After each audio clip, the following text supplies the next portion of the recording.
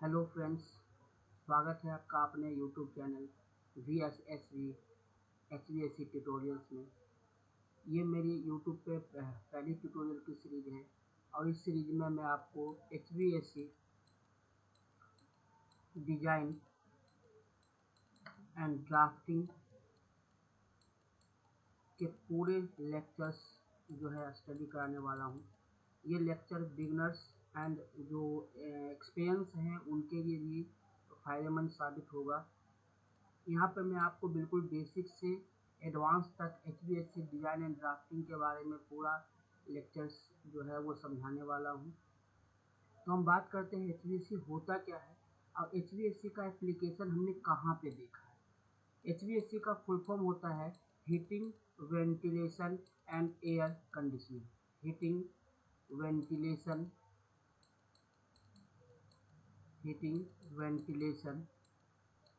And air conditioning.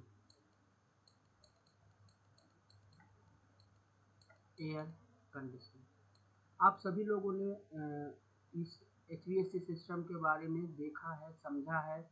जब आप malls जाते हैं, आप रेस्टोरेंट जाते हैं, आप हॉस्पिटल्स जाते हैं, तो आपने महसूस की होगी कि वहाँ पे कूलिंग हो रही है, वहाँ पे हीटिंग हो रही है, या वहाँ पे CO2 लेवल को मेंटेन करने के लिए कुछ इक्विपमेंट्स लगाए गए हैं और उस इक्विपमेंट्स के द्वारा जो है अंदर के जो रूम का एयर है उसको एग्जॉस्ट किया जा रहा है या फिर बाहर से फ्रेश एयर सप्लाई किया जा रहा है।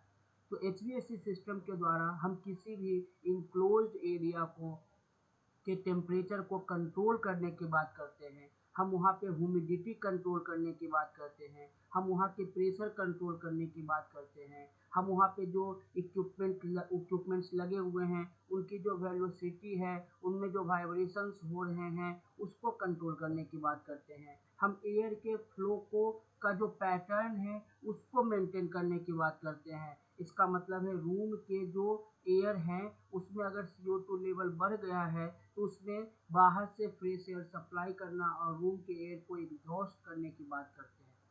यहाँ पे HVAC सिस्टम का हम डिटेल में जो है वो पढ़ने वाले हैं, पर उससे पहले हमें समझना होगा कि HVAC में ये जो डिजाइन्ड वर्ड लिखा गया है, इस डिजाइन वर्ड का मतलब क्या है। यहाँ पे जो डिजाइन वर्ड यूज किया गया है, कई लोग डिजाइन का मतलब समझते हैं कि इक्विपमेंट का जो हम मॉडलिंग क्रिएट करते हैं उसका मतलब डिजाइन है। यहाँ पे जो इक्विपमेंट्स लगे हैं उनकी मॉडलिंग बनाना, उसका 3D मॉडल क्रिएट करना, पर यहाँ पे डिजाइन वर्ड का मतलब 3D मॉडल क्रिएट करना नहीं है। यहाँ पे डिजाइन वर्ड का मतलब है किसी भी इक्विपमेंट का, जो भी HVAC सिस्टम के अंदर HVAC के अंदर जो भी आपके कंपोनेंट्स लगाए गए हैं, जो भी कंपोनेंट्स हैं उनसे जो आप कूलिंग या हीटिंग का जो ऑपरेशन लेने वाले हैं उन इक्विपमेंट का सिलेक्शन करना एंड साइजिंग कैलकुलेशन करना यहाँ पे डिजाइन कहलाता है। जो भी आप इक्विपमेंट्स लगा रहे हैं HVAC के अंदर, जिनके द्वारा आप एयर के टेम्परेचर को कंट्रोल करने वाले हैं, ह्यूमिडिटी को कंट्रोल करने वाले हैं, एयर के प्रेशर को मेंटेन करने वाले हैं, मशीन के अंदर जो वाइब्रेशन है उसको मेंटेन करने वाले हैं, उन इक्विपमेंट्स का सिलेक्शन करना और उनका साइजिंग कैलकुलेशन करना यहाँ पे डिजाइन कहलाता है। अब बात आती है कि कौन कौन से इक्विपमेंट लगे होते हैं और उनका सिलेक्शन और साइजिंग किस तरह से किया जाएगा, ये हम बिल्कुल डिटेल में पढ़ेंगे। पर आज मैं आपको एक बेसिक इन्फॉर्मेशन बस इन इक्विपमेंट के बारे में देने वाला हूँ।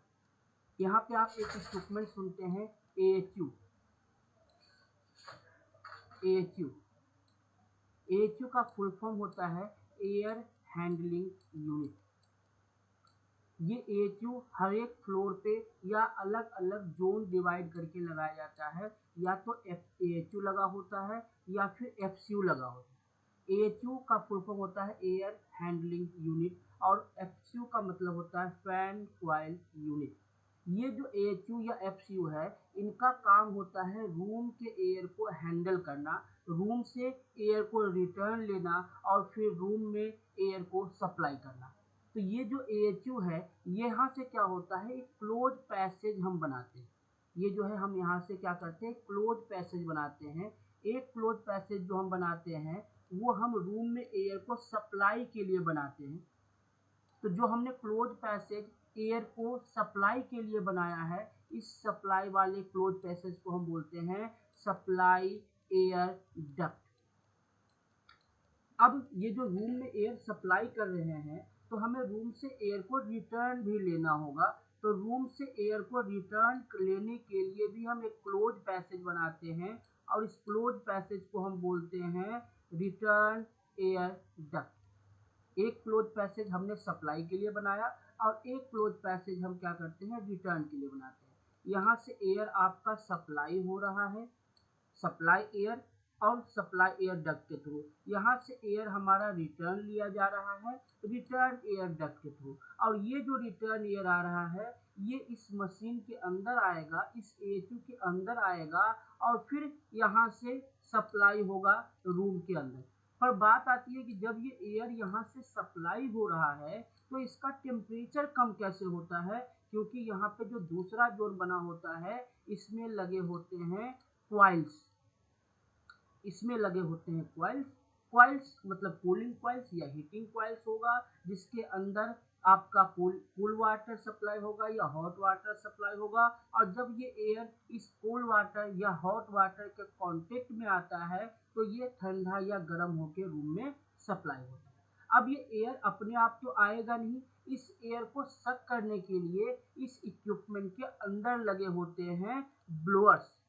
यहाँ पे जो पहला जोन आपका बनाया गया है, ये जो पहला जोन होता है इसमें लगा होता है एक ब्लोअर। यही ब्लोअर रूम से एयर को रिटर्न लेता है और फिर रूम में एयर को सप्लाई करता है। ये जो इक्विपमेंट्स के अंदर जो एयर का सप्लाई हो रहा है, इसमें पहले लगे होते हैं फिल्टर। एक फिल्टर लगा होता है प्री फिल्टर, और दूसरा एक फिल्टर लगा होता है जिसको हम बोलते हैं आफ्टर फिल्टर। ये जो आपके फिल्टर्स लगे हुए हैं, यहाँ से जब हम बाहर से फ्रेश एयर भी लेते हैं ताकि एयर जो रूम में CO2 लेवल है वो मेंटेन रहे, यहाँ से हमने फ्रेश एयर लिया, यहाँ से हमने रूम से रिटर्न एयर लिया, और समय समय पे बीच में हम क्या करते हैं, रूम के एयर को एग्जॉस्ट करने का भी काम करते हैं। और ये सारा काम डैम्पर के द्वारा कंट्रोल किया जाता है। जगह जगह पे आपके डैम्पर्स लगे होते हैं जो एयर के फ्लो को कंट्रोल करने का काम करता है। अगर एग्जॉस्ट एयर के लाइन में अगर डैम्पर लगा हुआ है तो इसको हम बोलेंगे एग्जॉस्ट एयर डैम्पर। अगर रिटर्न एयर के लाइन में डैम्पर लगा हुआ है तो इस डैम्पर को हम बोलेंगे रिटर्न एयर डैम्पर। और अगर फ्रेश एयर के लाइन में अगर डैम्पर लगा हुआ है तो इसको हम बोलते हैं फ्रेश एयर डैम्पर। जब आपका एयर रूम से रिटर्न आता है और बाहर से फ्रेश एयर दोनों मिक्स होता है, तो यहाँ पे जब फ्रेश एयर आता है तो उससे पहले भी एक फिल्टर लगा होता है, और जब मिक्सिंग के बाद भी एक फिल्टर लगा होता है। तो जो पहला फिल्टर लगा होता है इसको बोलते हैं प्री फिल्टर, और जो ये दूसरा फिल्टर लगा होता है इसको बोलते हैं आफ्टर फिल्टर। ये हमारा मिक्सिंग चैम्बर होता है जहाँ पे रिटर्न एयर और फ्रेश एयर आके आपस में मिक्स होता है। देन ये कूलिंग कॉइल के कांटेक्ट में आता है या हीटिंग कॉइल के कांटेक्ट में आता है, और हमारा एयर कूल या हॉट होता है। बात आती है कि कूलिंग कॉइल में के अंदर फ्लो क्या होता है और ये कहाँ से आता है। तो ये कनेक्ट होता है एक चिलर से। बेसमेंट में जनरली हमारे पास लगा होता है एक चिलर। चिलर के दो सेक्शन होते हैं। चिलर का एक इवेपोरेटर का सेक्शन होता है और चिलर का एक कंडेंसर का सेक्शन होता है। ये जो AHU से जो पाइप आता है वो चिलर के इवेपोरेटर से कनेक्ट होता है। ये चिलर का आपका इवेपोरेटर का सेक्शन होता है, और ये चिलर का आपका कंडेंसर का सेक्शन होता है। जो आपका इवेपोरेटर है, इवेपोरेटर से जो AHU के बीच हम सप्लाई करते हैं वाटर, इसको हम बोलते हैं चिल्ड वाटर सप्लाई। और जो रिटर्न आता है उसको हम बोलते हैं चिल्ड वाटर रिटर्न। अब ये जो वाटर सप्लाई होता है या रिटर्न होता है उसके लिए पंप लगे होते हैं। तो एक लगा होता है प्राइमरी पंप और एक लगा होता है सेकेंडरी पंप। जो AHU से चिलर के बीच पंप लगा होता है उसको हम बोलते हैं प्राइमरी पंप, और जो चिलर से AHU के बीच पंप लगा होता है उसको हम बोलते हैं सेकेंडरी पंप।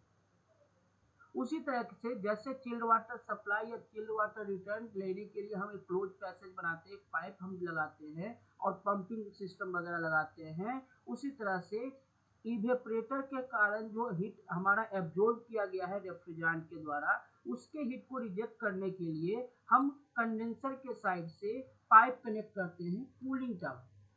अब एक कूलिंग टावर लगा होता है छत पे, जिससे क्या होता है, कूल वाटर हम कंडेंसर के साइड में सप्लाई करते हैं, और फिर ये वाटर जब रेफ्रिजरेंट के हीट को एब्जॉर्ब करता है तो कूलिंग टावर के पास वापस भेजते हैं, जहाँ पे वाटर को नोजल के थ्रू, स्प्रिंकलर के थ्रू स्प्रे कराया जाता है फिल्स के ऊपर, और ये वाटर एयर के कांटेक्ट में आता है, जहाँ पे इवेपोरेटिव कूलिंग के द्वारा हम हीट का रिजेक्शन करते हैं। तो यहाँ पे आपको एक कूलिंग टावर लगा हुआ है, एक चिलर लगा हुआ है, एक एएचयू लगा हुआ है। एएचयू के बाद हम एएचयू से हम एयर को डिस्ट्रीब्यूट करने के लिए हम एक क्लोज पैसेज बनाते हैं, हम एक डक्ट सिस्टम बनाते हैं, हम एयर डिस्ट्रीब्यूशन सिस्टम बनाते हैं। एएचयू और चिलर के बीच हम पाइपिंग का सिस्टम बनाते हैं, जिससे हम चिल्ड वाटर सप्लाई या चिल्ड वाटर रिटर्न लेते हैं। उसी तरह से कंडेंसर के साइड से हम वाटर को सप्लाई करते हैं, जिसको हम बोलते हैं कंडेंसेट वाटर सप्लाई, और जब ये वाटर रिटर्न होता है जिसको बोलते हैं कंडेंसेट वाटर रिटर्न। इस वाटर को सप्लाई करने के लिए भी एक पंप लगा होता है, जिसको हम बोलते हैं कंडेंसेट पंप।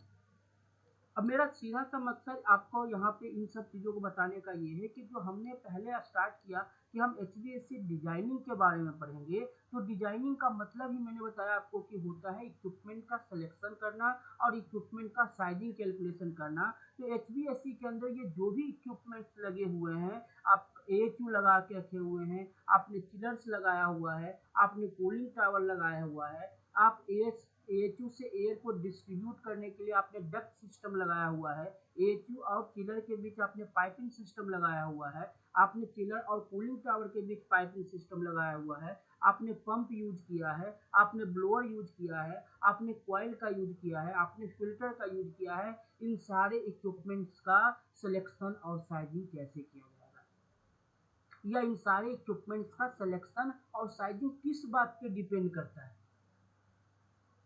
इन सारे इक्विपमेंट का सिलेक्शन डिपेंड करता है लोड पे, बिल्डिंग के लोड पे। आप बिल्डिंग का जब तक लोड कैलकुलेशन नहीं करेंगे, आप इन इक्विपमेंट का सिलेक्शन नहीं कर पाएंगे। अब जो लोड कैलकुलेशन है, ये भी हम दो तरीके से कर सकते हैं, मैनुअली या फिर सॉफ्टवेयर की मदद से।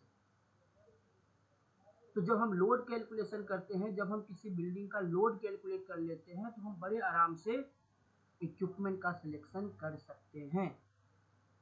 और मेरे इस कोर्स के अंदर आपको पूरे डिटेल में जो है इक्विपमेंट का सिलेक्शन कैसे करते हैं, लोड कैलकुलेशन करते हैं कैसे करते हैं, डक्ट डिजाइनिंग कैसे करते हैं, मैनुअली प्लस सॉफ्टवेयर दोनों की मदद से आपको समझाया जाएगा।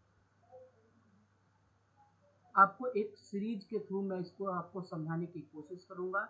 मैं आपको कोशिश करूंगा कि हर एक दिन आपको एक लेक्चर प्रोवाइड किया जाए, और बिल्कुल बेसिक से एडवांस तक ये सारे कंटेंट आपको डिलीवर किए जाए।